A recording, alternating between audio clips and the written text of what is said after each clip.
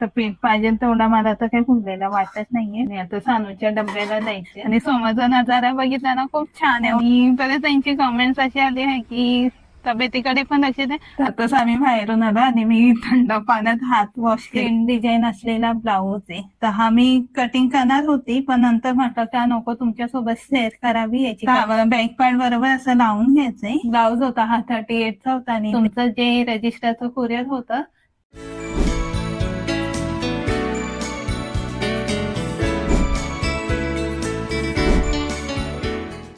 नमस्कार, कसे आहात सगळे? आणि कालचा तुम्ही व्हिडिओ बघितलाच असेल आणि ज्याने बघितला नसेल त्यांनी पण नक्की बघा. तर काल मी ते इडल्यांचा पीठ दळून ठेवला होता संध्याकाळी. तर तो बघा बऱ्यापैकी फुगलाय. पाहिजे तेवढा तरी फुगला नाही, पण मला वाटतं दुपारपर्यंत फुगेल आणखीन. कारण की काल मी पहिल्यांदा भात टाकून दळला होता. आता बघू इडल्या टाकून कशा बनतात. तशी जालीदार दाणेदार असे पीठ फुगतो. तर हा जो इडलीचा भांडा आहे याच्यात मी पाणी टाकलंय आणि आता याच्यात काय करणार आहे, माझ्याकडे लिंबू आहे अर्धा. कांदे पोहे बनवते तेव्हा तर तो टाकते याच्यात, कारण की मग तो जे भांड्याचं काळं होतं ना ते होत नाही लिंबू टाकल्यामध्ये.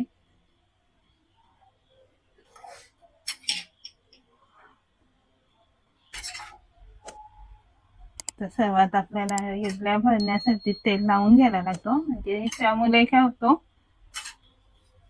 सर्वात आधी असं तेल लावून घेतला ना तर मग इडल्या इझिली रिमूव्ह होतं, म्हणजे निघतात ते लवकर. तर पीठ पाहिजे तेवढा मला तर काही फुगलेला वाटत नाहीये. बघ आता पहिल्यांदा मी अशा प्रकारे बनवले. थंडी पण जास्त, थंडीमध्ये पण कधी कधी लवकर फुगत नाही, तो उन्हाळ्यात भरपूर फुगतो. आणि आता सानूच्या डब्याला द्यायचे, नाही तर मी दुपारी थोडा वेळ आणखीन 2-3 तासानंतर. आणि थंडी मधले जी सकाळ असते ना, ते सकाळ मधलं जेव्हा ते वातावरण बघितलं ना सीन, तर तेवढं छान वाटतं ना. तर तुम्हाला ते पण दाखवते. तुम्हाला खिडकीतून दिसतो छान असा सकाळचा कोवळा ऊन पण पडले. आणि आता सकाळचे 7:30 वाजले आणि 7 वाजता माझं पाणी पण येतो, जो अर्धा तास असतो. मी काही सकाळी एवढं पाणी नाही भरत, कारण की थोडा मला त्रास होतो थंड पाण्यात हात घातल्यावरती. कारण की माझं कसं सीझर झालेलं आहे ना, सानू झाले होते त्यावेळेस सीझर झाला होता, मग थोडा मला त्रास होतो. त्यामुळे मी एवढ्या सकाळी पाणी नाही भरत, संध्याकाळी येतो पाणी. तिथं सर्व इडल्या भरून झाल्यात आणि मला नाही वाटत इडल्या एवढ्या फुगतील, कारण की फर्स्ट टाइम मी भात टाकून बनवले, नाही तर नेहमी पोहे टाकून पीठ घालत असते. आता बघूया हे किती सॉफ्ट होतात, शिजल्याच्या नंतरच आपल्याला कळेल.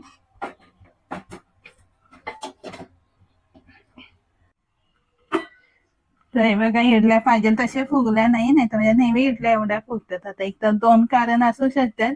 काल थंडी भरपूर होती, तर थंडीमुळे सुद्धा हे फुगला नसेल पीठ, किंवा मी भात टाकला होता फर्स्ट टाइम त्याच्यामुळे नसेल फुगले, तर माहिती नाही. पण पाहिजे तशी इडल्या बनल्या नाहीत. आणि तुम्हाला जर माहिती असेल तर कमेंट्स करून सांगा. ते सानूला डब्याला 4 इडल्या दिल्यात, ती पण एवढं काही खाणार नाही. तर सानूला साडे सोडला आणि तिकडनं जी आमची नदी तिकडे आले वॉकिंग करायला. आणि छान असा सकाळचा कोवळा ऊन पण आहे आणि समोरचा नजारा बघितला ना खूप छान आहे, एवढं छान वाटतंय ना. मग तिला शाळेत सोडल्याच्या नंतर थोडं कधी कधी येत असते तर चालायला. ते बघा बोट चालले तिकडनं आणि फिशिंग पकडतायत ते. अशी एक मासा पकडला त्यांनी. आणि आणखीन त्या साईडला पण आहे वाटतं, ते बघा तिकडे पण आहे. तिकडे जाळी टाकतात, काढले का टाकतात. आमच्यामध्ये भुसा टाकतात. म्हणजे साईडला पण बघा तिकडे काय ते माशांची जाळी टाकतात. आणि आमच्यामध्ये ना जे मासे पकडतात त्यांना मावरं बोलतात. तर तुमच्या इथं माशांना काय बोलतात ते कमेंट करून नक्की सांगा. आणि छान वाटते काही असं मॉर्निंगला बऱ्याच लेडीज येतात सर वॉकिंग करायला. तर म्हणलं इथे आले तर इकडचा पण तुम्हाला सीन दाखवावा सकाळचा कसा असतो. आणि ते बोट बघा किती छान वाटते ते.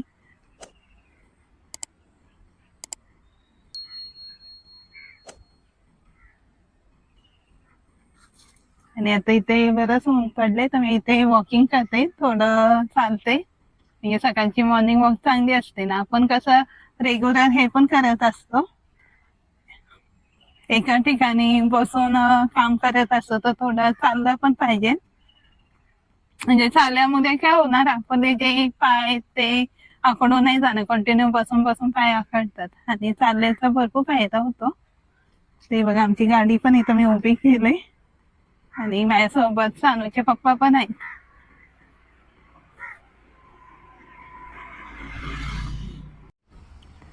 त्याचा बऱ्याच वेळ मी वॉकिंग केली, कारण की बऱ्याच टाइमची आता मी ते बऱ्याच वेळ वॉकिंग केली आणि बऱ्याच त्यांची कमेंट्स असे आले आहे की तब्येतीकडे पण लक्ष द्या. आणि तिथे बघा, तिथं कसं आहे, मासे पकडले त्यांनी जाळी काढतायत. तिथं जर थांबलं ना तर मग बघायला भेटते किती मासे पकडलेत त्यांनी. सकाळी सगळे ते मासे पकडतायत.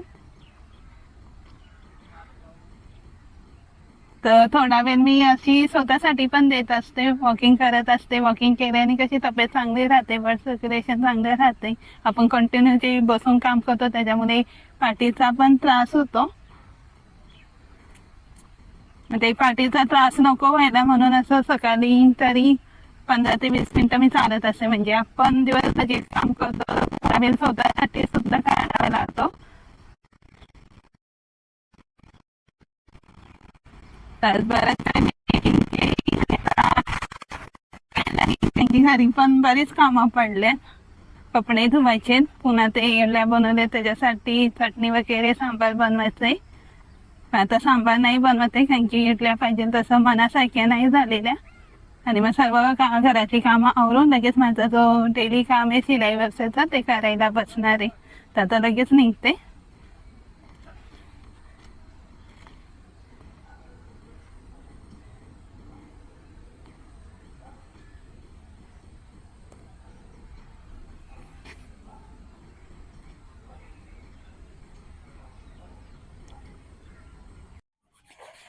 त्यातच आम्ही बाहेरून आलो आणि मी थंड पाण्यात हात वॉश केले, कारण की जेव्हा पण आम्ही बाहेरून येतो तर पहिले हातपाय धुतो. तर मी हात धुतले थंड पाण्यात आणि एवढं आता थंडी लागायला लागली, खूप थंडी आहे.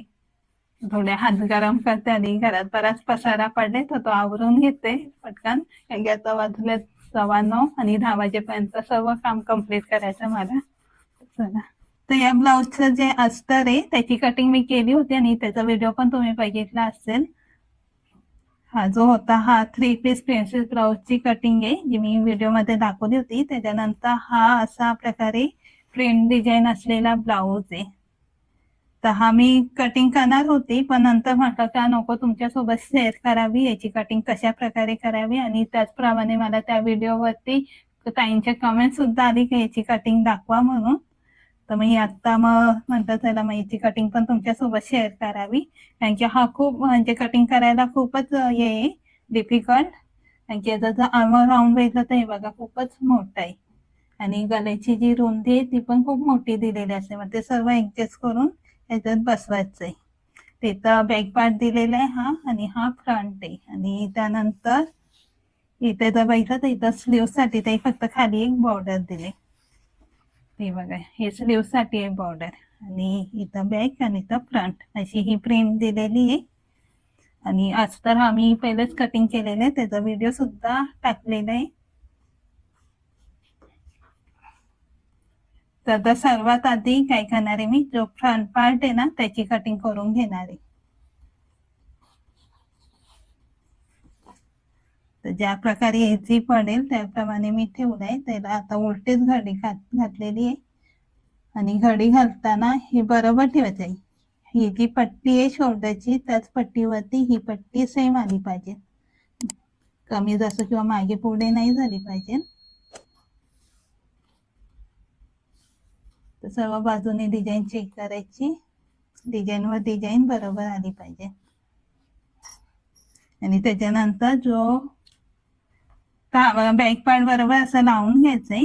या बॉर्डरवरती खालची जी साईड आहे ती बरोबर आली पाहिजे. आणि त्याचं वरती व्हायचं ते खूपच जास्त दिलेलं आहे, त्यामुळे वरचा भाग हा सोडून दिलाय. आता आपल्याला काय करायचं, हे गला रुंदी ही जास्त आहे, तर याची कटिंग करण्यासाठी आपल्याला पहिले मेजरमेंट काढावं लागेल. तिथं आधी गल्याचं मेजरमेंट काढायचंय. तर जी गला रुंदी घेतली होती ती किती 2.25 घेतली होती. तर या बॉर्डर पासून 2.25 इंचावरती निशाण करायचंय. तर तुम्हाला पाहिजे तर इतकं जर बॉर्डर द्यायची असेल तर थोडं एवढा भाग सोडून सुद्धा घेऊ शकते. तर मी इथं थोडं बॉर्डरसाठी हे करते, 1/2 इंच सोडून माप घेते 2.25 इंचावर. आणि इथं शोल्डरला जाईल शिलाई. ओके. मग त्याच्यानंतर या निशाणपासून तर थेट असं तिरकं एक शिलाई मारायची, कारण की हे जे गला आहे हे शॉर्ट होतोय. आपण ही खालची बॉर्डर धरल्यामुळे ही जी गल्याची डिझाईन ही छोटी होते. अशी तिरकी शिलाई मारायची इथे. आणि त्याच नुसार आपल्याला हा अस्तर पण असा तिरका ठेवून घ्यायचाय. आता माझा जर बॅक पार्टचा जरी गला बघितला ना, तर खालून मी माप घेत असते बॅक नेकला, तर तो 8 इंच आहे आणि शिलाई माझी अर्धा इंच धरली तर 3 इंच. तर हा मागचा जर गला बघितला ना, तर मी खालून माप घेत असते 8 इंच आणि त्याच्या शिलाई मार्जिन अर्धा इंच धरून 3 इंचावरती निशाण मारते. तर म्हणजे ही गला रुंदी एवढी आहे 12 पर्यंत. तर पुन्हा असा हा राऊंड येऊन बसून जाईल म्हणजे बॉर्डर पर्यंत. मला पुन्हा इथपर्यंत मी तिरकी शिलाई मारू शकते. तर तुम्ही पण जेवढा गला येतोय, गल्याची लांबी जेवढी येते तेवढी तुम्ही शिलाई मारू शकता.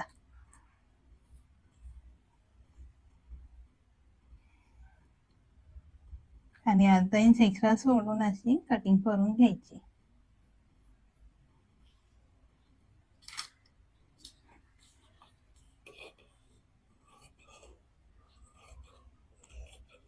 खालच्या साईडून पण अर्धा इंच सोडून कटिंग करते.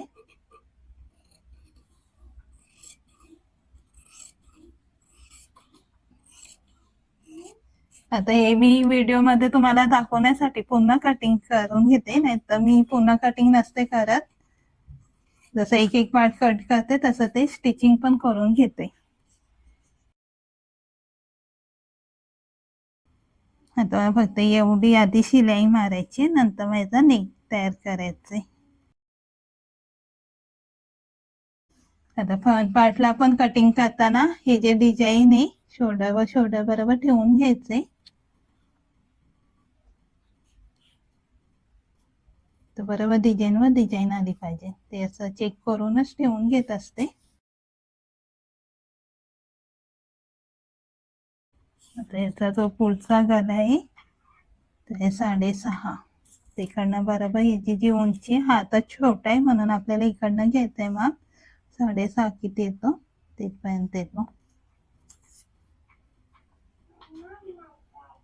या लाईनीपर्यंतच घ्यायचंय.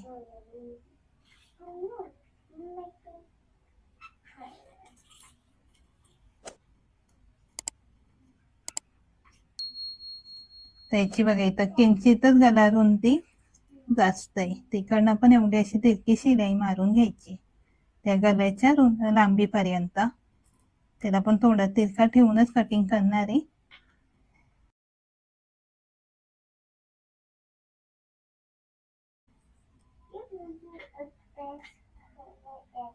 आणि हा इथे ठेवून कटिंग करणार आहे. आता इथं जर बघितलं तर थोडा आपल्याला कपडा कमी पडतो, पण ते मी तुम्हाला नंतर सांगतेच. आधी याची कटिंग करून घेते.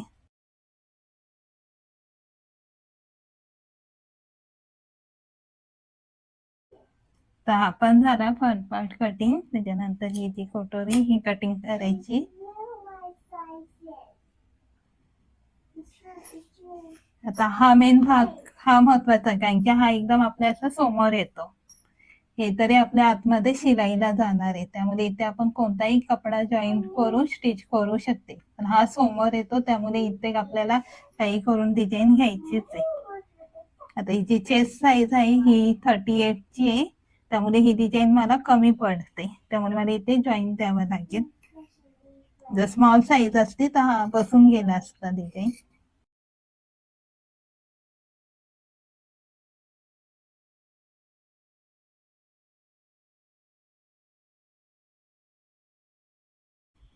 आता हा जर बैठा ना तर हा भाग गोल्डन आहे, तर आपण हे क्रॉसपट्टीसाठी वापरू शकते.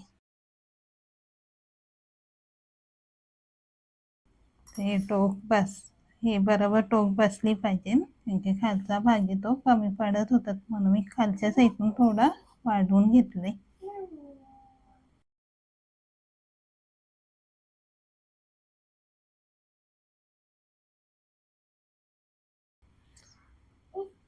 आता इथं काय करणार आहे स्टिच करताना, कारण की मी लगेच स्टिच करून घेत असते.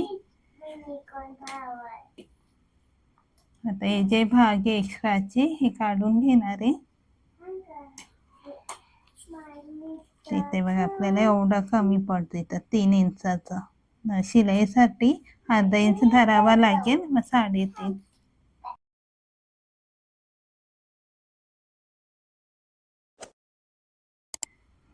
ते जे कपडे आहे ना तिथं असं शिलाई मारून त्याला जॉईन करून मी अशा प्रकारे स्टिच करेन, मग ह्याला कवर होऊन जाईल.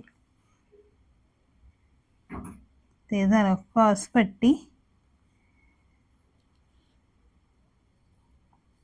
आता त्याचप्रमाणे इथे जे भाग कमी पडतोय ना त्याला पण सेम तसंच करून घेणार आहे.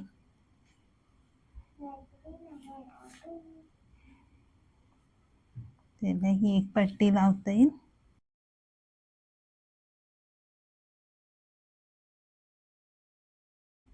तर हा एक या भागाला जॉईन देता येईल अशा प्रकारे, आणि हा या भागाला. ते पण जॉईन करताना जेव्हा पण आपण हे अटॅच करू अस्ताला पुन्हा अटॅच केल्याच्या नंतर हा भाग घ्यायचा आहे ना, त्याच्यावरती इथे एक टीप मारायची, पुन्हा अर्धा इंच सोडून, कमी नाही सोडायची, थोडी जास्तच सोडून टीप मारायची. त्यानंतर असं फोल्ड करून याच्यावरती एक दाब शिलाई द्यायची, आणि मग जे काही एक्स्ट्रा फॅब्रिक असेल अस्ताच्या नुसार तर हे कटिंग करून घ्यायचंय. तर जिथं जिथं आपल्याला डिझाईन कमी पडते तर तिथं असे राहिलेले तुकडे लावून कव्हर करून घेता येतं.